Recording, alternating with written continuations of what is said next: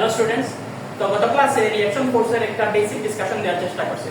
তোমরা আসলে আশা করি বুঝতে পারছো, কারণ তোমাদেরকে থার্ড ক্লাসে যেভাবে ফোর্সটাকে ফিল করানোর চেষ্টা করছি ওইটা থেকে আশা করি যে তোমরা রিঅ্যাকশন ফোর্সকে বুঝতে পারছো। এখন লিফটে যাওয়ার আগে তোমাদেরকে একটা জিনিস বুঝতে হবে যে ফ্রি বডি ডায়াগ্রাম, এটা টার্মের সাথে তোমরা নিও, এটা দেখে ভয় পাওয়ার কিছু নেই। এটা নরমালি একটা জিনিস, যে টাগ অফ ওয়ার বলছি না গত ক্লাসে, ওই টাগ অফ ওয়ারই খেলবো আজকে। ঠিক আছে, প্রত্যেকটা বডির সাথে, ধরো আমার সাথে তুমি টাগ অফ ওয়ার খেলবা, প্রত্যেকটা বডির সাথে আমরা টাগ অফ ওয়ার খেলবো। ঠিক আছে, তো এখানে কি করা হয়, এটা একটা মেথড, ম্যাথকে ইজিলি সলভ করা যায়। ঠিক আছে, তোমাদের লিফটে এটা অনেক বেশি কাজে লাগবে। সো এখানে আমরা কি করব, এখানে আমরা প্রথমে ধরো যে প্রত্যেকটা বডিকে, যে কোনো বডি হোক, আমি হই তুমি হও, প্রত্যেকটা বডি যাকে তুমি অবজার্ভ করতেছো, যার উপরে ধরো আমি লিফটে দাঁড়াইছি, এখন আমি আমার উপর তো অবজার্ভ করব, আমি আমার ওয়েটের ভেরিয়েশন জানতে চাইলাম, আমার ওয়েটের ভেরি কেন হচ্ছে, কারণ আমরা তো জানি যে W equals mg, কিন্তু আমার ওয়েটে ভেরি হচ্ছে, কেন হচ্ছে এটা নেক্সট ক্লাসে জানবো। বাট এখন ওই যে প্রত্যেকটা বডিকে, তোমার ক্ষেত্রে তুমি যদি লিফটে ঢুকো তাহলে তুমি তোমার নিজেকে একটা পয়েন্ট হিসাবে ইয়ে করবে, যে তোমার পুরো বডি, এই ধরো আমি, ঠিক আছে, এই ধরো আমি, এবং আমার মতো প্রত্যেকটা বডিকে, যে বডিকে তুমি অবজার্ভ করতে চাও, যে বডির ওয়েটটা তুমি জানতে চাও, শুধু হিসাবে যে বডির ওয়েট, অ্যাপারেন্ট ওয়েটটা তুমি জানতে চাও, তাকে একটা পয়েন্ট হিসাবে তুমি ট্রিট করবা, একটা পয়েন্ট হিসাবে ট্রিট করবা। মানে এক কথায় তুমি পুরো বডিটা না, একটা পয়েন্ট আঁকবা, বুঝছো, একটা পয়েন্ট এঁকে দিলাম, তোমার ধরলা এটাই আঁকবা। এন্ড নেক্সট তুমি কি করবা, এই পয়েন্টের উপর বা আমার উপর যে কয়টা ফোর্স কাজ করতেছে এগুলো তুমি ড্র করবা। আঁকতে পারো না, আঁকতে ভালো লাগে, এই আঁকবা, খালি আঁকবা, আর কিছু করবা না। Draw all the forces on the body, all the forces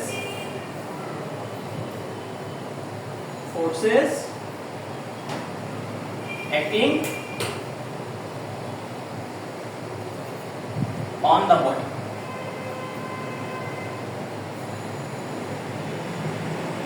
বুঝছো, মানে ধরো আমার উপর যে কয়টা ফোর্স কাজ করতেছে, শুধু হিসাবে আমার উপর যে কয়টা ফোর্স কাজ করছে ওদেরকে শুধু আঁকবা তুমি, আর কিছু করবা না, একে রেখে দিবা, রাখলা তো দেখে ফেললাম।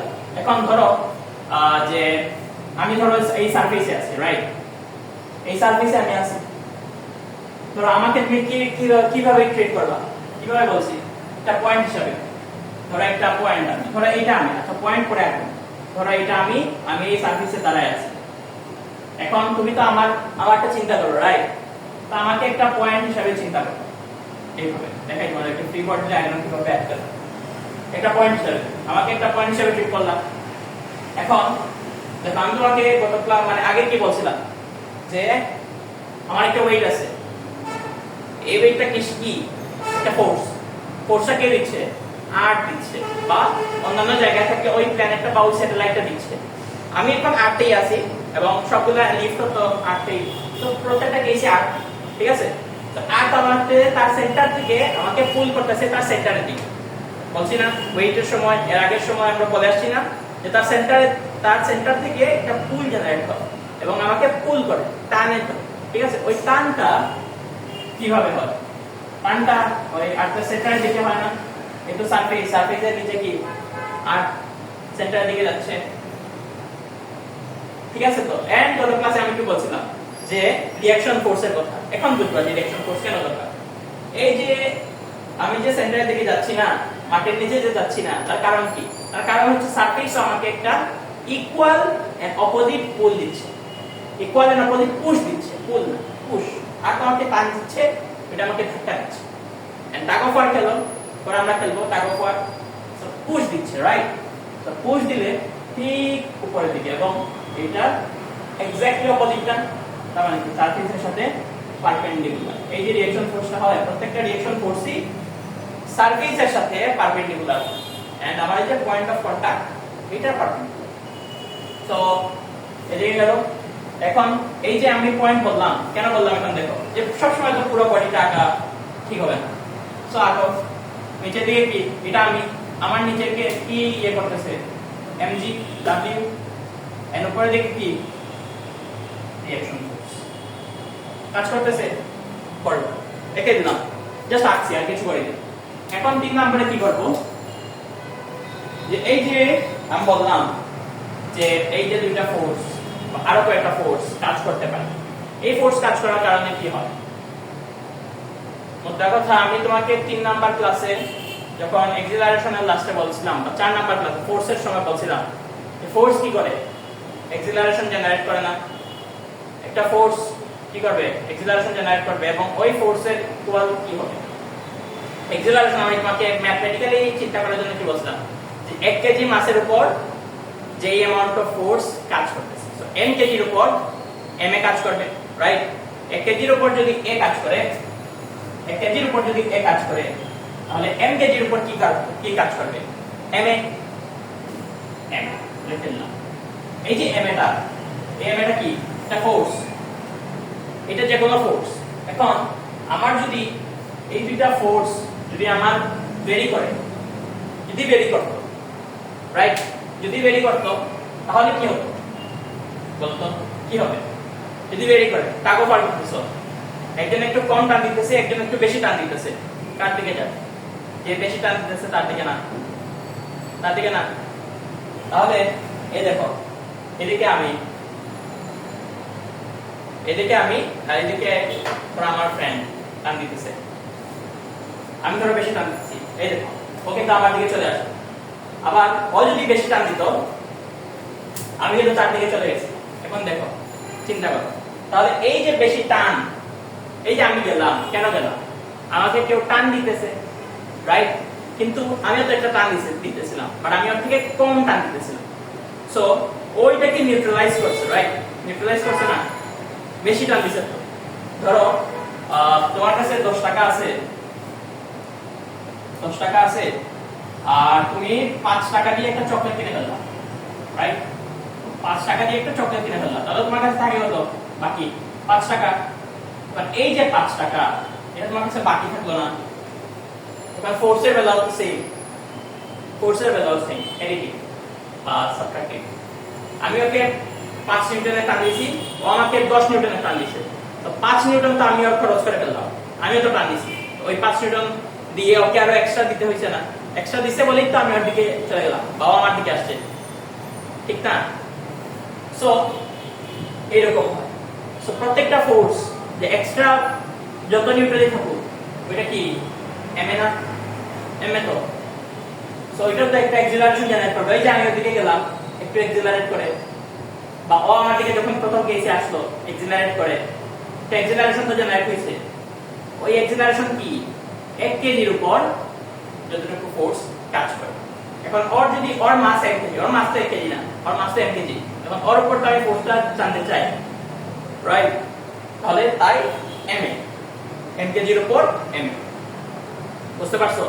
সো আমরা কি করব, আমরা এই ফোর্সটা যে ডিফারেন্সটা, ঠিক আছে, ধরো এইটা যদি আমার F1 ধরি, এখানে তো আমি R ধরলাম তোমাদের ডিফারেন্স জন্য বোঝানোর জন্য, ধরো আমি F1 ধরলাম, এইটা ধরো F2, এটা F1, এটা F2। এখন ধরো আমার F1 বেশি, F1 is greater than F2, আমি বলে দিলাম F1 is greater than F2। তার মানে কি, তার মানে F1 F2 থেকে বেশি টান দিতেছে, এখন টাগ অফ পার্ট হলো, কার দিকে যাবে, F1 এর দিকে যাবে, right. So F1 minus F2, এটা আমার বাকি ছিল এক্সট্রা ফোর্স, ওই এক্সট্রা ফোর্স কার ইকুয়াল, m এর ইকুয়াল। সো এইটা আমরা মনে রাখবো, ঠিক আছে। এই জিনিসটা যদি মনে রাখো, এবং লিফটের ক্ষেত্রে আমরা এই জিনিসটাই কাজে লাগবো। এখানে আমি বলে দিছি যে F1 is greater than F2, যদি আমার F2 greater than F1 হতো তাহলে কি হতো, চিন্তা করো তো, F2 minus F1 আমার এক্সট্রা ফোর্সটা না, ওই এক্সট্রা ফোর্সটা কার ইকুয়াল হবে, m এর ইকুয়াল হবে।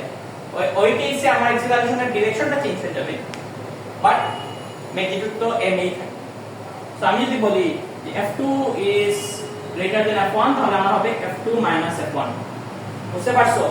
এইভাবেই টাগ অফ ওয়ার খেলবা, প্রত্যেক কেসে টাগ অফ ওয়ার খেলার পর এই জিনিসটা এন্ড হয়ে যাবে, পরে আমরা ক্যালকুলেশনে চলে যাব, ইকুয়েশনটা সিম্পলিফাই করতে পারবো। এখন একটা ছোট্ট एग्जांपल দিয়ে এই জিনিসটা শেষ করি। এখন ধরো যে আমার কাছে ধরো একটা বডি আছে, এন্ড বডির মাস ধরো 1 কেজি, ধরে গেল 1 সিম্পলিফাই করার জন্য। ধরো এই একটা বডি আছে, এবং এই বডিকে তুমি কি হিসাবে ধরতে পারো, এটা পয়েন্ট মাস হিসাবে ধরতে পারো। এটা আমরা ধরো এইটার উপর আমার ওই যে ফ্রেন্ডটা ছিল না, ওই ফ্রেন্ডটা ধরো এইদিকে 10 নিউটনের পুল করছে, রাইট? 10 নিউটনের পুল করছে। আমিও তো একটা পুল করছিলাম না? ধরো আমি এইদিকে 5 নিউটনের পুল করছি, 5 নিউটন, এবং এই বডিটার মাস ধরো 1 কেজি। এখন এই স্টেপসগুলো ফলো করো। কি হবে? প্রথমে কি, এটা আমি কিভাবে অ্যারেঞ্জ করতে পারি? প্রথমে একটা পুরো বডিকে একটা পয়েন্ট ধরে ফেললাম, একটা পয়েন্ট ধরে ফেললাম, তার উপর সব ফোর্স ড্র করলাম। এইদিকে 10 নিউটন, এইদিকে 5 নিউটন ড্র করে ফেললাম, 10, এদিকে 5, ঠিক আছে? এখন বড়কে 10টা 5, obviously 10, তাহলে এই 10 minus 5, f2 minus f1, যখন f2 is greater than f1, so 10 minus 5 is equal to কি হবে? m এ হবে, এবং আমার m কি? 1 কেজি, so 1 into 1a। এখন এখান থেকে আমি অ্যাক্সিলারেশন বের করব। অ্যাক্সিলারেশন কত হবে? 5/1 equal to a। তো আমার কি হবে? 5 মিটার পার সেকেন্ড স্কয়ার হচ্ছে আমার অ্যাক্সিলারেশনের ভ্যালু। সো এইভাবে আমরা লিফটের ম্যাথড সলভ করব, প্রত্যেকটা ম্যাথই সলভ করব। প্রথমে কি করব? পুরো বডিকে একটা পয়েন্ট ধরে ফেলব, তারপর ওই পয়েন্টের উপর যতগুলো ফোর্স কাজ করতেছে তাদেরকে ড্র করব।